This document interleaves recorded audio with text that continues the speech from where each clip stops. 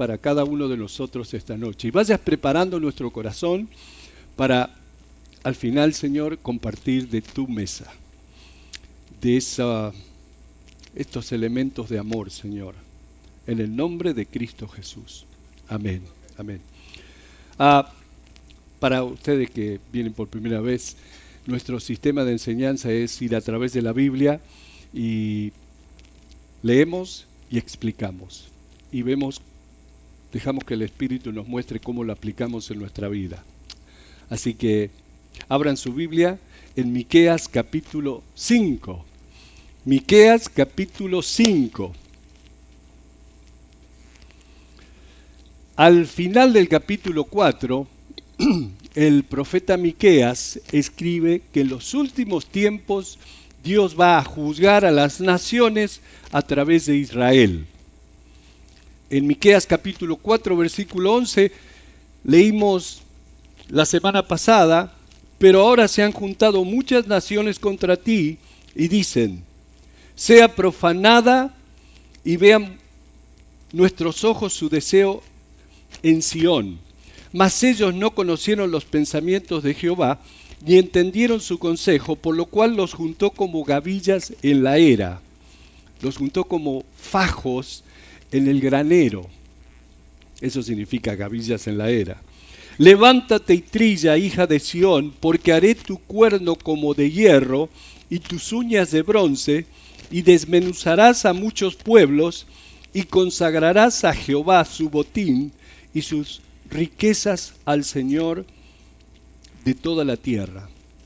Recordamos que en el libro del profeta Ezequiel, en el capítulo 38, dice que Israel ha sido reunido como nación en ese tiempo, cuando Dios los hace nación nuevamente, y dice que Él habrá de poner un pensamiento malo en los líderes de Magog. Y fuimos a través de Ezequiel hace unos meses atrás. Dijimos que Magog históricamente son identificados como el reino, como el norte de Rusia. ¿Recuerdan? Que vendrán con todas sus tropas junto con Irán, con Irak, y dice y Togarma, que son los países balcánicos, Croacia, Bosnia, Rumanía y otros países más. También dice que vendrán con Gomer, los países del norte del este de Europa, también con Libia y Etiopía, que vendrán para invadir el Medio Oriente, para que puedan tomar el botín. El botín es los vastos recursos de petróleo que tiene el Medio Oriente. Pero cuando vengan, Ezequiel dice, ¿qué dije Ezequiel? Sí, Ezequiel. Pero cuando vengan a las montañas de Israel, dice que la furia de Dios habrá de levantarse sobre ellos y los hará volver. Y la Biblia dice que los israelíes no tendrán que preocuparse acerca del combustible por 7 años, que usarán el combustible de los ejércitos invasores. Recuerdan que les dije la semana pasada que ahora que fuimos a Europa y cuando estuve en Israel, el combustible, el galón de gasolina está $7-8 el galón. Es un grave problema en todo Europa y el Medio Oriente, la gasolina. Así que no habrá preocupaciones por los precios del petróleo por 7 años al tomar y usar ese combustible que ha sido traído en esa invasión a la tierra de Israel. Entonces aquí dice que y desmenuzarás a muchos pueblos y consagrarás a Jehová su botín. O sea que tomarán el botín de ellos, toda esa ganancia, todo ese petróleo y sus riquezas al Señor de toda la tierra. Bueno, ahora aquí en el capítulo 5, Miqueas capítulo 5, leemos, versículo 1, rodéate ahora de muros, hija de guerreros, nos han sitiado con vara, herirán en la mejilla al juez de Israel. ¿De a quién está hablando? ¿Quién es el juez de Israel? Bueno, esto por supuesto es una profecía que se relaciona a Cristo Jesús. Y fue cumplida en San Mateo capítulo 26, versículo 67, que acabamos de leer el domingo, ¿recuerdan? El juez Jesús fue herido con una vara para cumplir como el profeta declara, y esta es la profecía aquí en Miqueas. Continuando con la profecía acerca del Mesías. Pero tú, Belén Efrata, pequeña para estar entre las familias de Judá, de aquí me saldrá el que será Señor en Israel, y sus salidas son desde el principio, desde los días de la eternidad. La profecía de que Belén sería el lugar de nacimiento del Mesías. Y es interesante porque los judíos creyeron esto por años. De hecho, cuando los sabios o los reyes fueron, para nosotros son los reyes, en sí eran los sabios que habían venido de Persia, cuando ellos fueron a Herodes y le preguntaron acerca del nacimiento del rey, ¿dónde ha nacido aquel que es el rey de los judíos? Herodes preguntó a los escribas que estaban allí en Jerusalén y ellos le contestaron en Belén, porque el profeta dijo, pero tú, Efrata, pequeña para estar entre las familias de Judá, de ti me saldrá. O sea, el profeta había escrito esto 700 y pico de años antes de que Jesús naciera. Así que ellos creían en ese día, en ese tiempo, en que Belén sería el lugar de nacimiento del Mesías. Ahora, por supuesto, desde que nació Jesús allí, sería imposible que esta profecía se cumpliera nuevamente, porque es interesante, ya no queda nadie de la casa de David allí en Belén. Belén ahora es una ciudad árabe. Nadie de la casa de David queda en Belén. Así que los rabinos hoy en día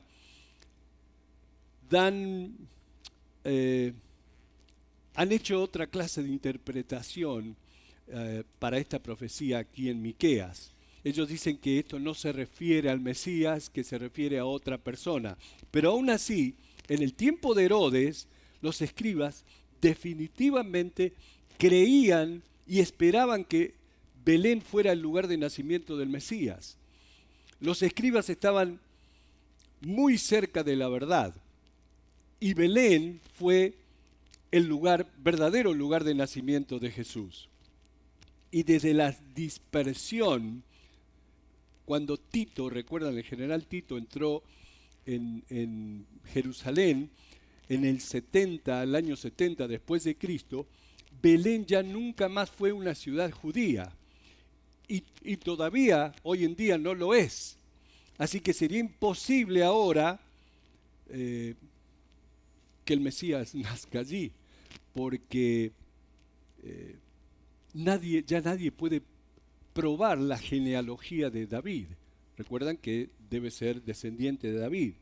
Miqueas dice que Belén sería el lugar del cual vendría el gobernador de Israel, el rey. Y sus salidas, fíjense esto, y sus salidas son desde el principio, desde los días de la eternidad. Y aquí está la prueba de que Cristo siempre ha existido. Desde la eternidad, dice. Y esto solo puede decirse de Dios, que ha existido siempre. Ahora, la palabra eternidad, esto es algo que vi una pequeña como información en en una en un comentario, y me puse a buscar sobre esto y me interesó, así que se los voy a explicar.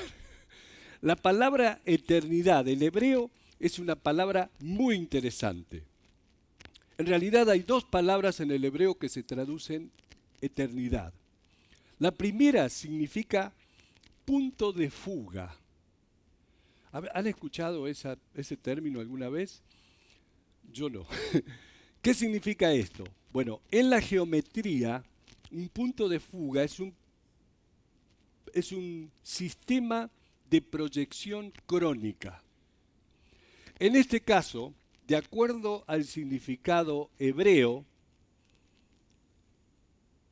es llevando tu mente hacia atrás hasta lo que más puedas, hasta lo más lejos que tú puedas ir. Los científicos dicen que el universo tiene 10.000 millones de años. Ahora, ¿puedes tú llevar tu mente hacia 10.000 millones de años? ¿Puedes concebir 10.000 millones de años? Por supuesto que no. A lo mejor alguno dice que sí, ¿no? Pero bueno. La otra pregunta. ¿Qué hubo antes de que existiera el universo? ¿Cuán lejos puedes llevar tu mente? Yo sé que ustedes son muy creativos, algunos de ustedes.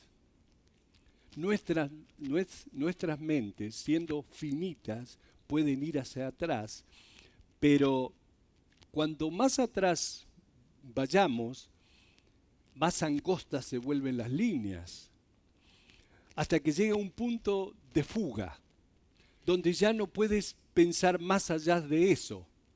En la geometría se usa eso de que las líneas se van alargando y ¿cuál es en inglés es vanishing point? ¿Cuál es el punto de fuga? ¿Dónde comienza todo? Bueno, esa es una de las palabras del hebreo para eternidad. Es el punto de fuga donde no puedes concebir nada más hacia atrás.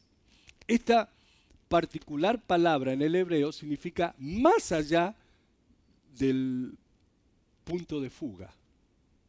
O sea, más allá de eso. Miqueas dice, y sus salidas son desde el principio, desde los días de la eternidad. Él ha existido desde más allá del punto de fuga, desde más allá del vanishing point.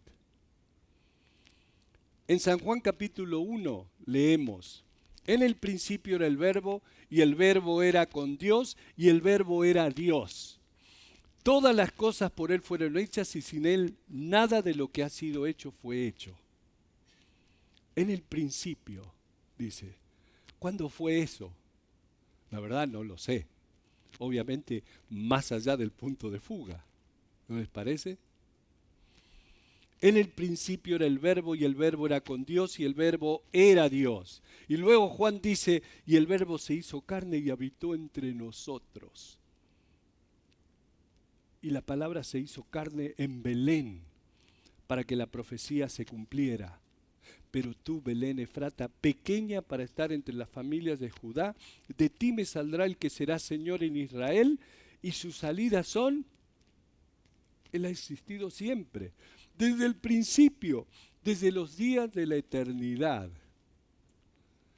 Es increíble, ¿eh? Nuestra mente no da para pensar cuándo es el principio, más allá desde el principio. Versículo 3. Pero los dejará hasta el tiempo que dé a luz la que ha de dar a luz, y el resto de sus hermanos se volverá con los hijos de Israel. Bueno, Israel en un sentido ha sido abandonado por Dios. Y ahora nosotros estamos viviendo en una era en que Dios está tratando con nosotros, con los gentiles, con los no judíos, obrando a través de nosotros. Ese será el caso hasta que Israel nuevamente comience a buscar a su Mesías. Miqueas dice, pero los dejará hasta el tiempo que dé a luz la que ha de dar a luz, y el resto de sus hermanos se volverá con los hijos de Israel.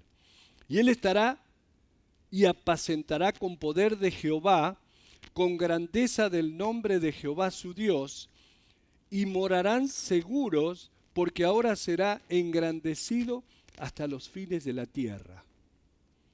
Y esta es una profecía acerca de Cristo y su relación con Israel, ¿cuándo? En la era del reino, en el milenio. ¿Recuerdan cuando el ángel Gabriel estaba hablando con María acerca del niño que habría de nacer? San Lucas capítulo 1 dice, este será grande y será llamado Hijo del Altísimo, y el Señor Dios le dará el trono de David, su padre, y reinará sobre la casa de Jacob para siempre, y su reino no tendrá fin. Así que esta palabra de Gabriel a María va junto con las profecías, todas las profecías del Antiguo Testamento. Y me encanta el versículo 5. Y este será nuestra paz. Hablando de Jesús, Él es la paz. Isaías profetizó, Isaías capítulo 9, versículo 6.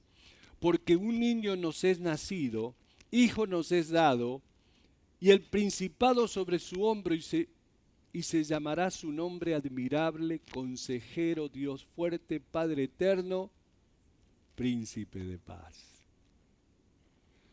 El profeta Miqueas dice, y este será nuestra paz.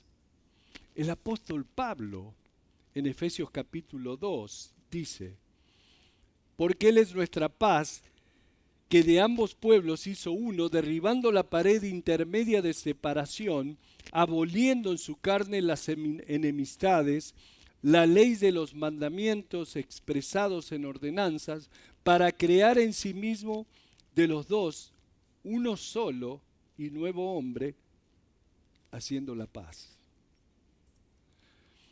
Y no hay verdadera paz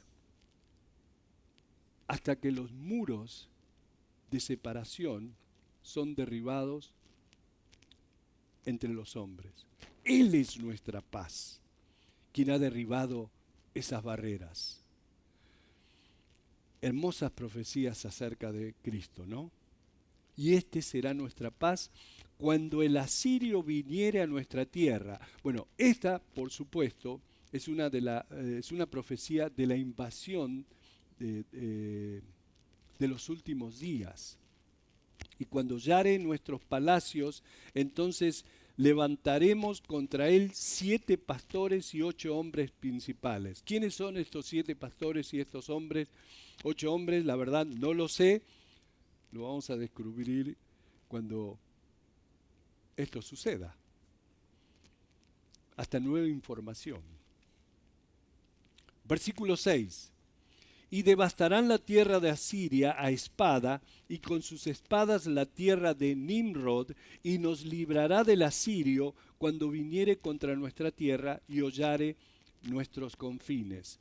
Bueno, la tierra de Nimrod es otro nombre que se le da a Asiria, que en este caso es un símbolo de todas las naciones perversas del mundo. Todas esas naciones que van a atacar a Israel. Versículo 7. El remanente de Jacob será en medio de muchos pueblos.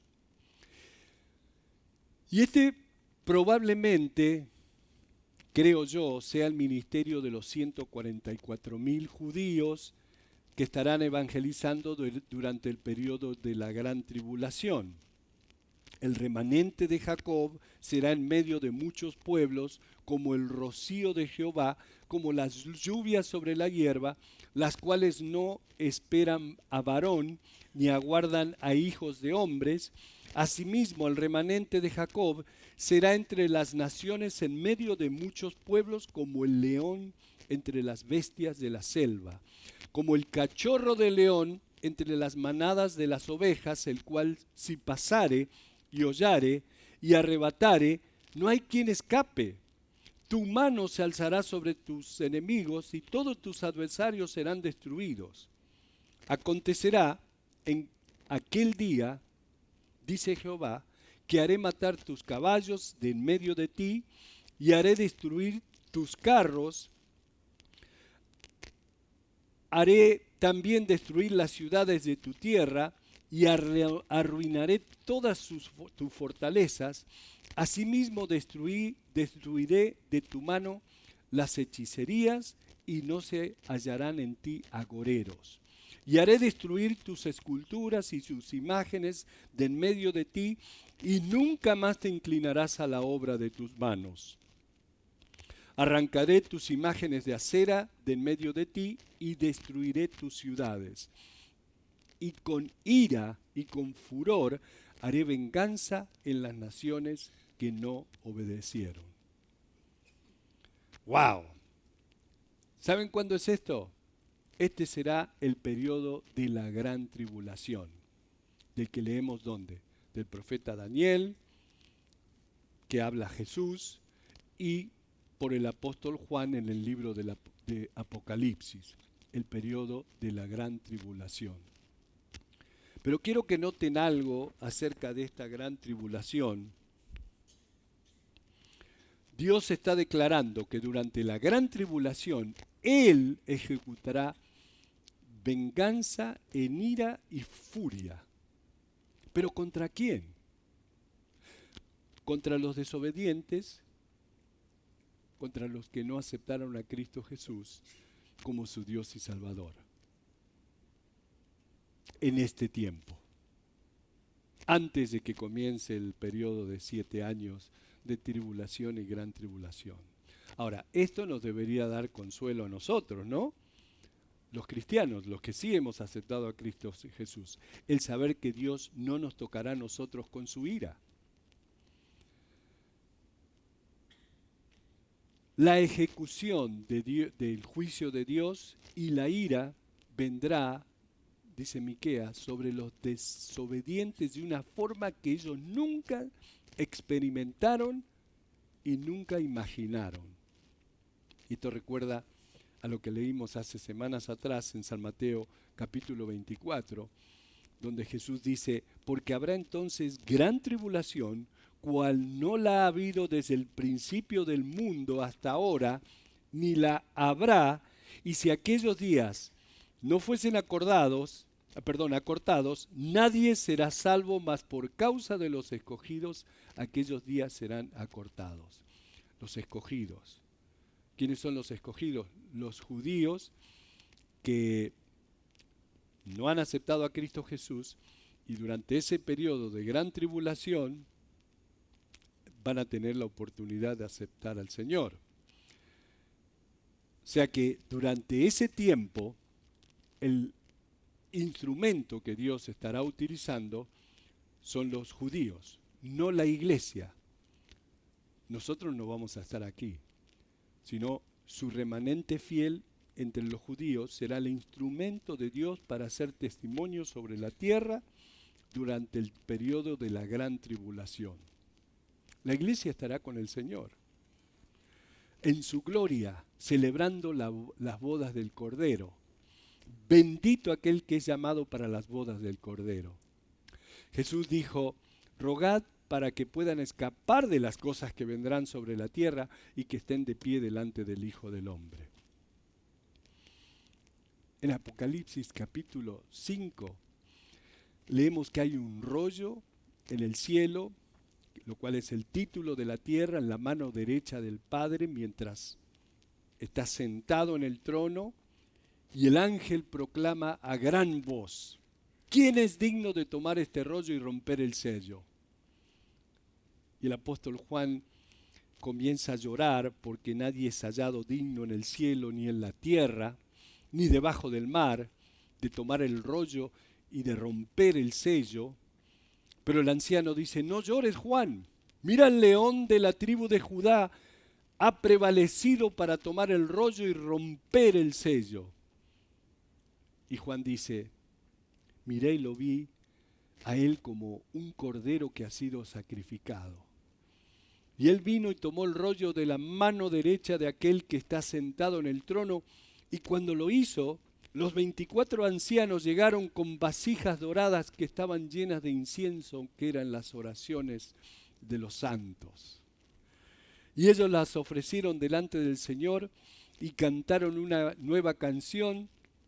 Digno es el Cordero de tomar el rollo y romper los sellos, porque Él fue muerto y nos ha redimido por su sangre sobre toda nación y lengua y tribu y pueblo, y nos ha hecho ante nuestro Dios reyes y sacerdotes, y reinaremos con Él sobre la tierra eternamente, para siempre. Hermanos, ahí es donde quiero estar, de pie delante del Hijo de Dios, no aquí abajo cuando Dios esté derramando su ira y venganza sobre los desobedientes, sino de pie con los hijos de Dios allí delante del Padre, delante del trono. Hermanos, aquí estamos. Aquí estamos porque Él hizo el sacrificio por nosotros. Vamos a orar ahora y vamos a dedicar este tiempo mientras que los hermanos vienen y nos guían en una alabanza, preparando nuestros corazones. Y mientras que estás allí,